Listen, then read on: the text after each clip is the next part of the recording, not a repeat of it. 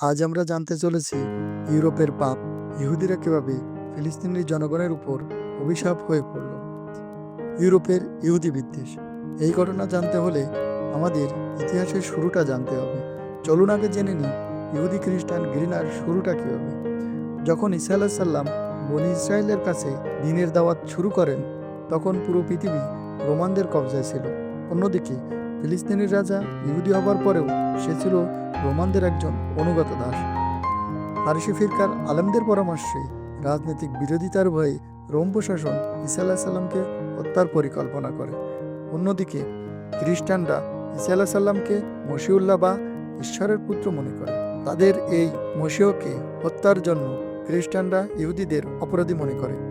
মধ্যযুগীয় ইউরোপের ইহুদি বিদ্বেষ মূলত খ্রিস্টান বিশ্বাস দ্বারা প্রভাবিত ছিল যে ইহুদি জনগণ যিশুর মৃত্যুর জন্য সম্মিলিতভাবে দায়ী ছিল, যা গসপেলে পেন্টিয়াস নামক রক্তের অভিশাপের মাধ্যমে উল্লেখ করা হয়েছিল। 1095 সালে শুরু হওয়া ক্রুসেডের সময় ইহুদিদের উপর বিদ্বেষ ব্যাপকভাবে ছড়িয়ে পড়ে। তখন বেশ কয়েকটি সম্প্রদায়, বিশেষ করে ফ্রান্স এবং রাইনল্যান্ডে ইহুদিদের গণহত্যা করা হয়েছিল।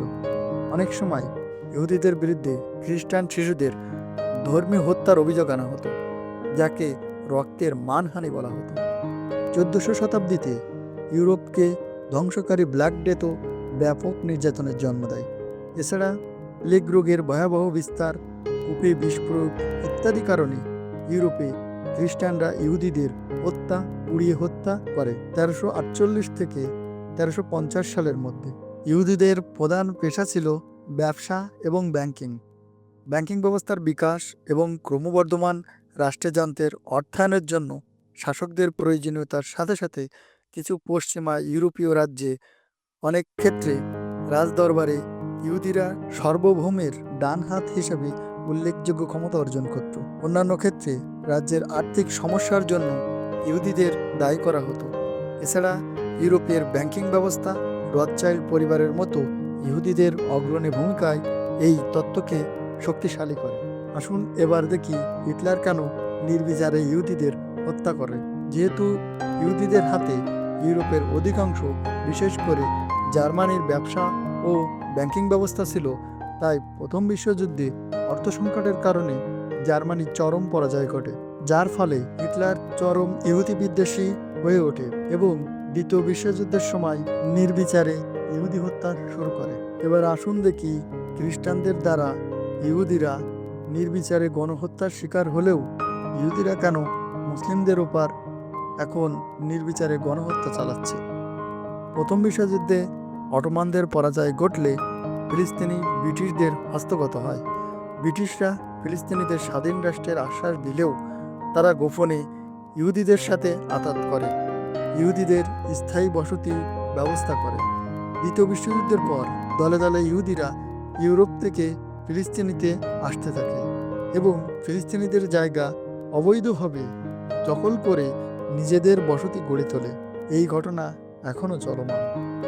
যেহেতু ইউরোপ অনুধাবন করল ইহুদিদের কারণে পরপর দুটি বিশ্বযুদ্ধ সংঘটিত হলো এবং ইউরোপের ব্যবসা ও ব্যাংকিং ব্যবস্থা ইহুদিদের হাতে বন্দী, তাই তারা ইউরোপের বিস্ফোরা ইহুদিদেরকে মধ্যপ্রাচ্যে পুশ করে, যা আজকের বিস্ফোরা থেকে মধ্যপ্রাচ্যে বিরাট ক্যান্সারের রূপ নিয়েছে। এর ফলে পশ্চিমারা তাদের পাপ ঢাকার জন্য বিলিয়ন বিলিয়ন ডলারের অস্ত্র ও গোলাবারুদ দিয়ে মুসলিম নিধনে সাহায্য করছে। অন্যদিকে আরব শেখেরা তাদের ক্ষমতার মসনদ টিকে রাখার জন্য ফিলিস্তিনির পক্ষ ত্যাগ করেছে, যার ফলে ইহুদিরা জোর করে অবৈধভাবে ফিলিস্তিনের ভূমি দখল করে নিয়েছে। ফিলিস্তিনের গাজা শহরে হাজার হাজার টন বোমা ফেলে নারী ও শিশুকে হত্যা করছে। এই মানুষ খেকো ইহুদিদের হাত থেকে গাজার পশু পাখিও রেহাই পায়নি। যাকে সামনে পাচ্ছে তাকেই তারা গুলি করে মারছে। হাসপাতাল, স্কুল, এমনকি রেড ক্রিসেন্টের লোকজনকেও তারা গুলি করে মারছে। গাজার একটা হাসপাতালও আজ তাদের বোমার হাত থেকে নিস্তার পায় না। পুরো গাজা শহরটাকে বিরান ভূমিতে পরিণত করা হয়েছে। বিশ্ব মানবতার বুড়ি আওড়ানো ও মানবতার ফেরিওয়ালা আমেরিকা ও ইউরোপ ফিলিস্তিনির ব্যাপারে আজ তারা নীরব। ফিলিস্তিনির পাশে আজ কেউ নেই। হিটলার তার মৃত্যুর আগে বলেছিল, পৃথিবীতে আবার হিটলারের জন্ম হবে। কারণ হিসাবে হিটলার বলেছিল, 1,00,000 ইহুদি হত্যার পরে কিছু ইহুদি পৃথিবীতে রেখে গেলাম বোঝার জন্য যে কেন আবার হিটলার তৈরি হবে।